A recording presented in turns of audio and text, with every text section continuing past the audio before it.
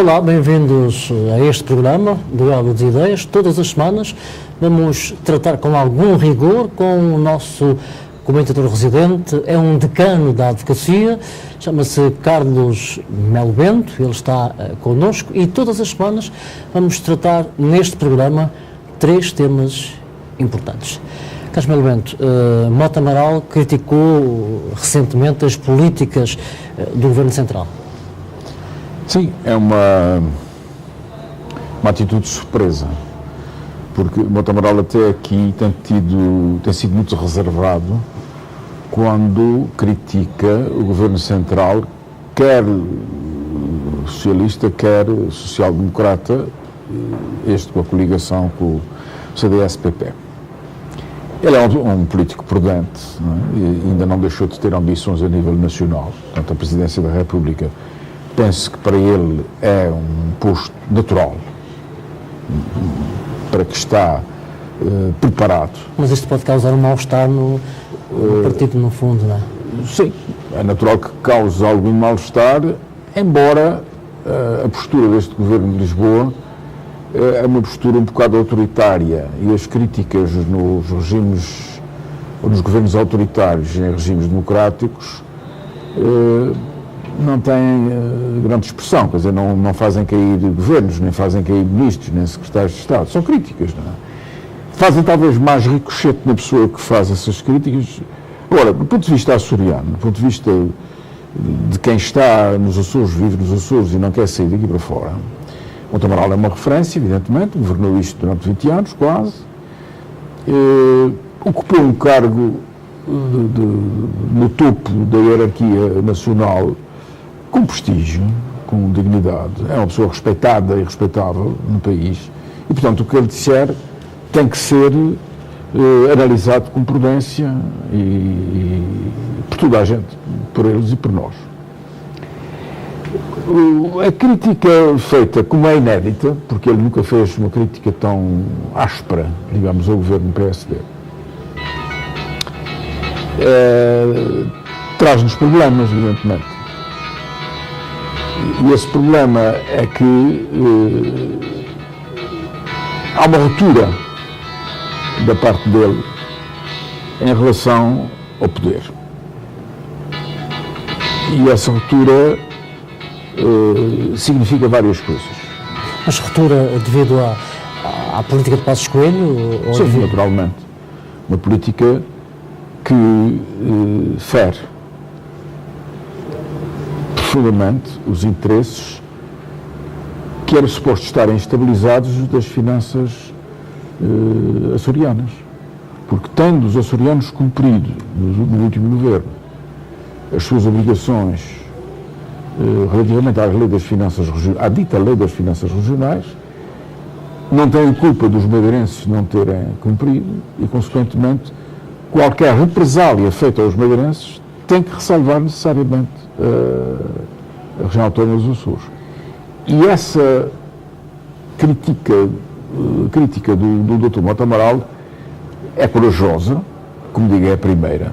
Pensei que ele não terá, talvez, para além deste mandato, não terá talvez grandes oportunidades de ser reconduzido como deputado e, portanto, estará como os presidentes no último mandato, de dizer as coisas já sem grandes receios de represálias. Mas a verdade é que é ele que está a dizer, é aquela figura histórica que está a dizer isso, e o peso das suas palavras devem ser interpretadas, penso eu, quer pelos seus correligionários e aliados, e nos Açores é um bocado difícil, porque o presidente do CDS nem sempre alinha com o PSD nessas coisas, mas pronto, deve ver que isso é uma questão importante, uma questão que deve ser ponderada, a postura do Mota Amaral, que não é só dele, evidentemente, aquilo é uma equipe, são 3, e eu penso que Mota Amaral não iria fazer aquilo sem ter o agrément dos outros 2 elementos.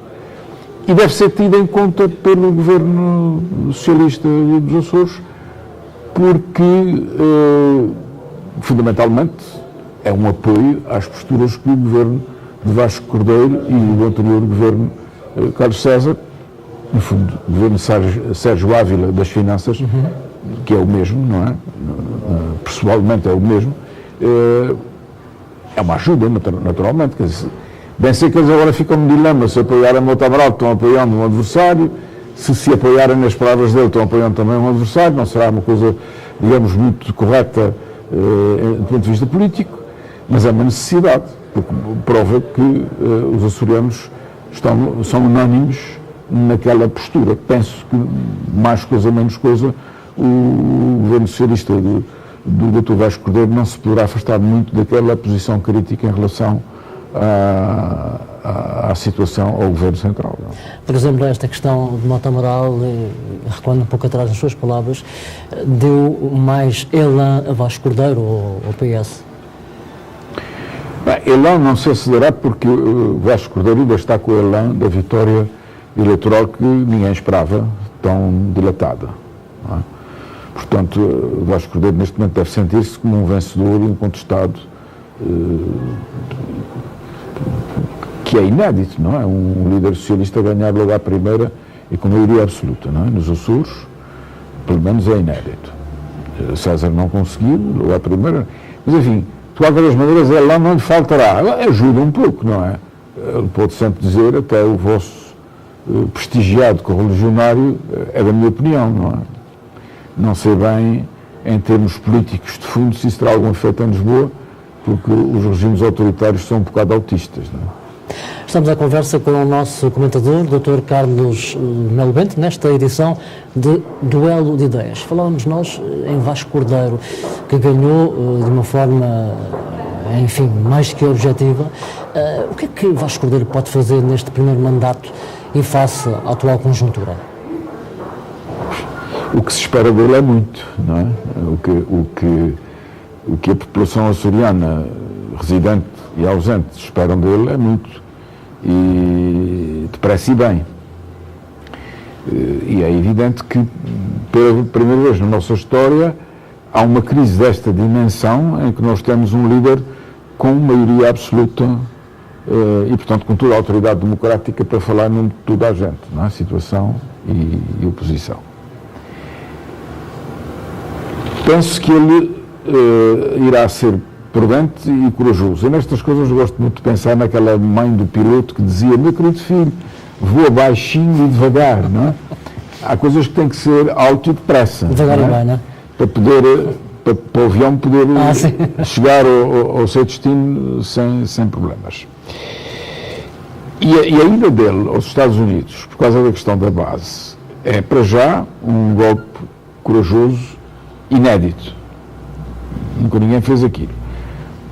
Mota Amaral fez timidamente a aproximação com a diáspora, César menos timidamente montou e apoiou as casas dos Açores em vários sítios do planeta e estruturou-as convenientemente. Ir pessoalmente, passar por cima do Ministério dos Negócios Estrangeiros, da Presidência da República, do Representante da República, e ir diretamente às fontes do poder na América e dizer: temos um problema grave com a base e eu não quero ter esse problema, quero resolver diretamente com vocês.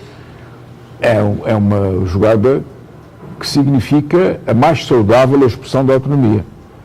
Eu tenho que defender os interesses deste povo, é preciso ir à América ou à China e eu vou e falo diretamente com as pessoas. Depois, se isso na prática vai ter ou não vai ter resultados imediatos, não sei. Eu sei é que na cerimónia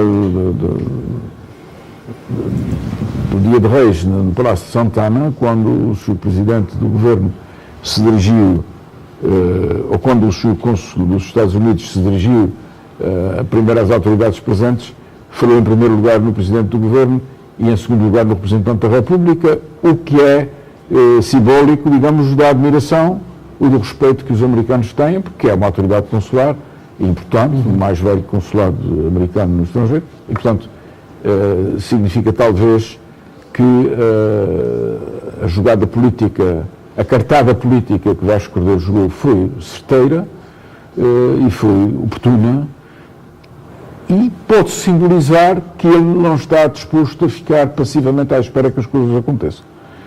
E parece-me que sim, parece-me que quem arrisca tanto ao nível interno e internacional Porque os Estados Unidos podiam ter dito, olha, não tens nada a falar connosco, tens o teu ministro dos Estrangeiros e depois tem outra via, não é? Tens outra via, tens as vias diplomáticas e tal. Mas a jogada foi tão rápida e tão certeira que ninguém teve tempo para reagir e parece até que já está a ter frutos positivos.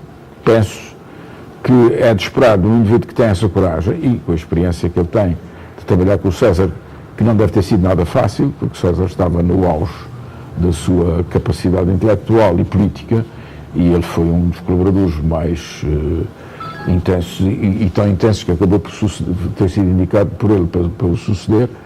Eu penso que podemos esperar que ele faça, respondendo à sua pergunta, que ele faça uma boa política de defesa dos nossos interesses e que seja capaz disso, não é? Penso, esperamos. Não é? Esta questão de ter trabalhado com Carlos César, será que agora teve a retribuição nas eleições, estando César ao seu lado, fez com que o partido tivesse ainda mais votos? Naturalmente, não é? Embora a gente não saiba até que ponto é que uma candidatura, vamos supor agora que Vasco Cordeiro tinha-se candidatado dentro do partido contra César e tinha ganho, não é? Eu não sei que tipo de resultados é que ele teria, quer no partido, quer fora dele. Não é?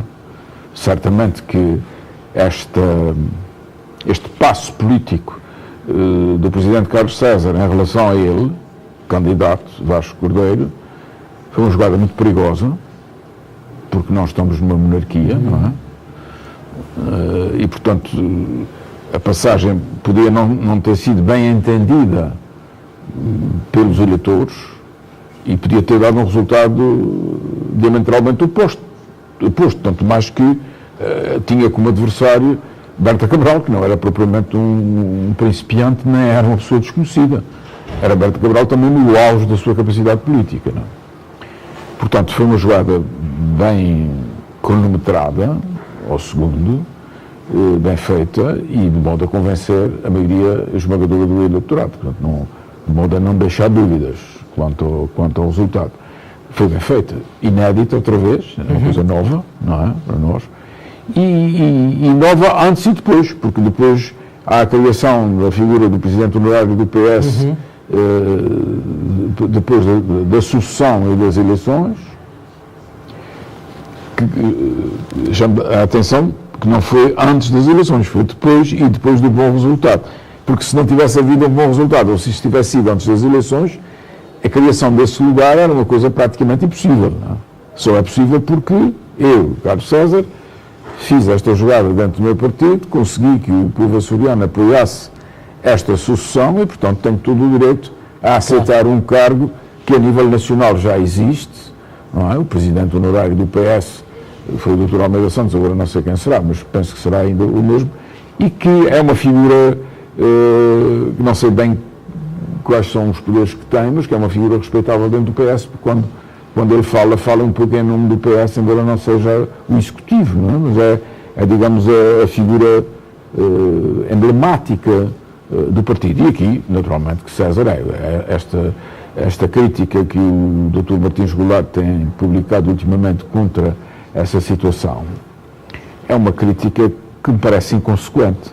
Mas parece que o Dr. Martins Goulart não vai levar ninguém atrás de si, não sei, talvez o grupo de Faial,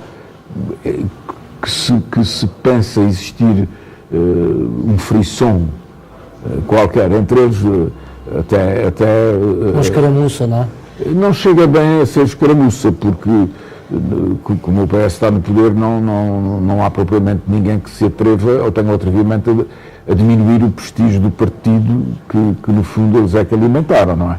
O que me parece que há aí um frisson que levou à eleição da atual Presidente da Assembleia Legislativa Regional, que aliás é uma mulher lindíssima, não é?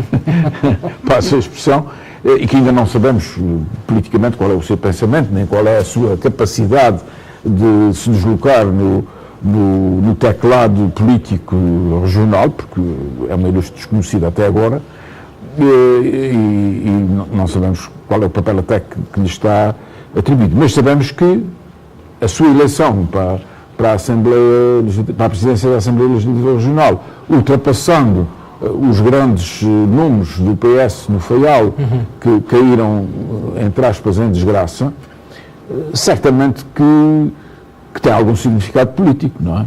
interno, não é? Mas voltando à crítica de Martins Goulart, é uma crítica que me parece que vai ser inconsequente, quer dizer, não vai criar brechas.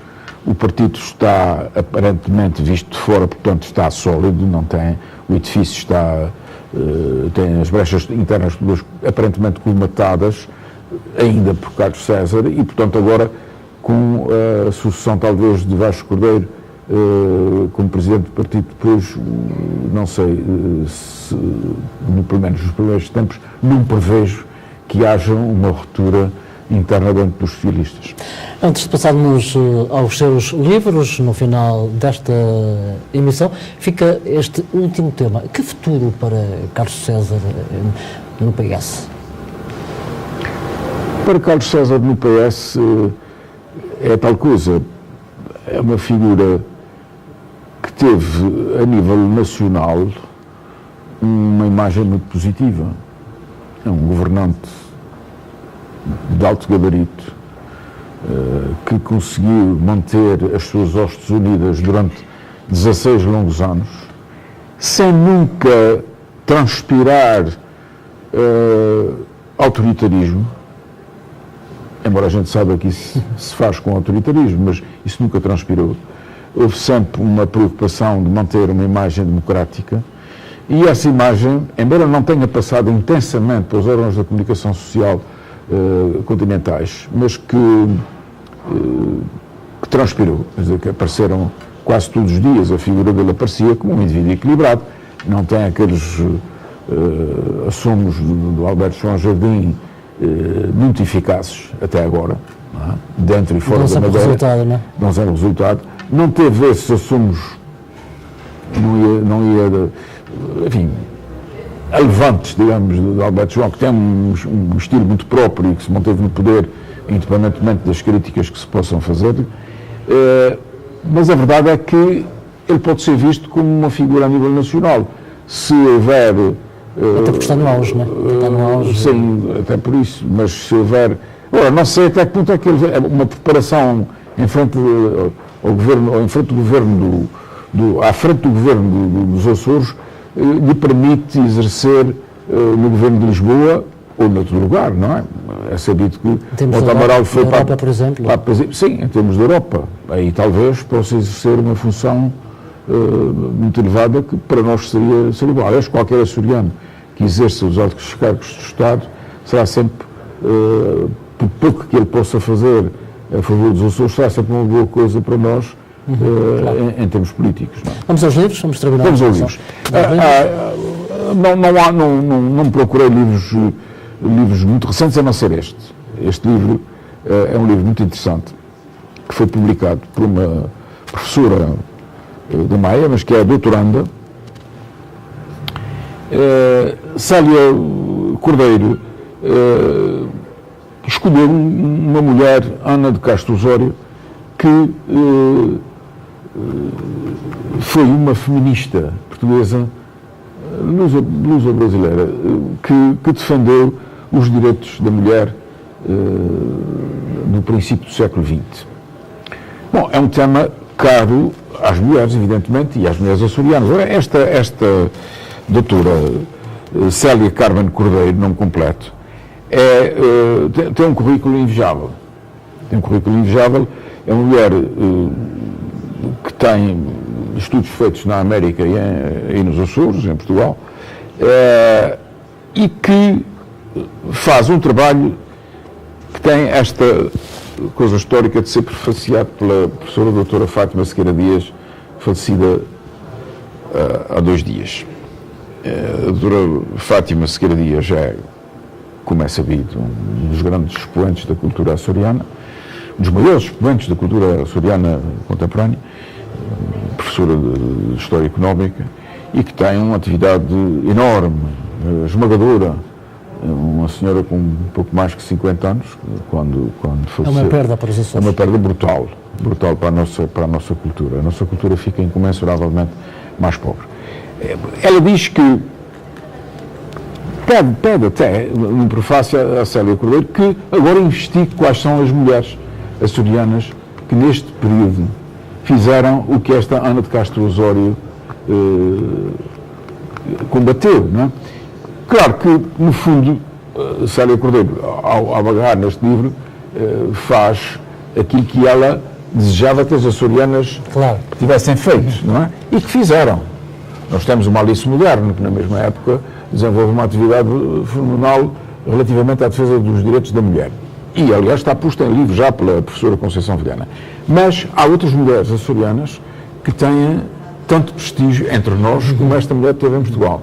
E, portanto, era bom que a Célia Cordeiro, agora, a partir deste pequeno livro, desenvolvesse uma investigação aprofundada sobre as açorianas que, neste período, começaram a levantar muito mais trabalhosamente os direitos e liberdades das mulheres, numa época em que a mulher pouco mais podia ser que dona de casa. Temos outros livros aqui. Cabral de Melo é uma família da Salga, e um dos seus descendentes, o Dr. José de Almeida Melo, que é muito conhecido entre nós e que tem uma portentosa publicação de livros com temas que mereciam até ser mais desenvolvidos e aprofundados, mas que ele, como publicou muito, não teve hipótese de aprofundar, mas criou os temas. O tema aqui é a casa de um imigrante, de uma família que esteve imigrada nos Estados Unidos durante N anos, ou N gerações, e que depois regressa às origens e funda num velho solar da Salga o seu habitat, com recordações que hoje são uma maravilha. Quando vão autoridades americanas à casa dele, verificam que há tesouros ali que às vezes até os museus americanos não têm. E este livro de Almeida Melo, Casa Cabral de Melo, é um livro recomendado por isso. Qualquer pessoa que tenha imigrantes na família ou que tenha ele próprio estado imigrado tem que ver este livro para saber o que é possível fazer com coisas que por vezes as pessoas não dão grande importância.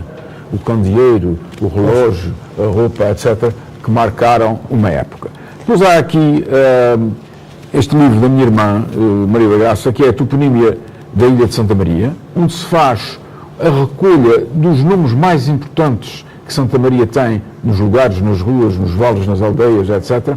E que pode servir perfeitamente de guia turístico. Quem estiver num lugar qualquer de Santa Maria, vamos supor Roça dos Canaviais, depois vai aqui ver o que é a Roça dos Canaviais, o que é que significa, qual é a origem, parte histórica, parte turística. Aliás, como ela trabalhou no turismo durante muitos anos, tem sensibilidade para a questão turística. Foi uma espécie de trabalho que apresentou na universidade. Depois há este meu trabalho sobre Vítor Cruz, não é por ser meu, mas é uma das biografias. Eu, aliás, fiz várias biografias já e tenciono não parar aqui. Eu fiz de Aristides Zâmbaro, o pintor, fiz de José Bruno Carreiro, o político e o escritor, e faço agora de Vítor Cruz. Vítor Cruz foi um homem dos sete ofícios, não é? Foi jornalista, foi locutor da rádio, foi empresário, foi o homem, foi cantor, foi o homem que apresentou e criou o Açorianíssimo no Coliseu, que durante anos manteve as pessoas interessadas pela música açoriana, pelos atores açorianos, pela comédia açoriana, etc. E foi locutor. É mesmo o homem dos sete ofícios. É o homem dos sete ofícios e foi bom neles todos. Vítor Cruz é uma figura que marcou inteiramente a sua geração. Aliás, é um dos presos do 6 de junho, e exatamente porque, não só por ser um grande açoriano, mas também porque trabalhava para o consulado americano na altura, que era uma espécie de crime. Há aqui também a tese de Sousa de Oliveira. Sousa de Oliveira, o homem que deixou os seus bens a uma fundação com objetivos culturais e cuja tese sobre Antero de Quental tinha ficado por publicar, e nós acabámos por promover, o Dr. António Pracana e eu, a publicação da sua tese, que é muito interessante porque são as questões filosóficas e religiosas de Antero que são normalmente pouco conhecidas, principalmente as religiosas. Para terminar? Para terminar, temos aqui um livro que é de uma amiga minha do Facebook, uma poetisa de Espinho, que me mandou um poema. Eu achei o poema tão interessante, estimulei a publicar o livro, e o livro foi publicado em Ponta Delgada e lançado em Espinho. Portanto, é Fernanda Cabral. Esta senhora... É uma edição Publissor. É uma edição da Publissor. Os poemas são lindíssimos, porque ela, não sendo uma académica, é uma instintiva, uma intuitiva, digamos assim, na poesia. Não é uma Natália Correia, porque a Natália Correia também não era académica, não era formada, mas era uma mulher que tinha uma cultura vastíssima, incomensurável. Fernanda Cabral não tem essa cultura, evidentemente, mas tem uma intuição para o poema. É uma mulher de espinho, vive à beira-mar, e portanto claro, há muito do mar e muito de semelhança com a alma açoriana nos poemas dela. E eu achei tão interessante e tão vibrantes, principalmente as cores, as aves, o mar, o cheiro, tudo aquilo, que a estimulei e ela acedeu, digamos, à minha sugestão de publicar um livro que se esgotou há meio dúzia de exemplares agora em Ponta Delgada, que eu guardo zelosamente, não é? E que havemos de ver um dia se fazemos um pequeno lançamento, uma segunda edição nos Açores. Aqui está, Dr. Carlos Melo Bento, se entender enviar-nos um e-mail geral@sãomigueltv.com para que o nosso convidado, o nosso comentador, possa falar do seu livro ou de outros livros, ou então pode também lançar-nos temas para discutirmos nestas emissões de Dual de Ideias. Até para a semana. Até para a semana. Já sabe, SMTV, quer ver, veja aqui.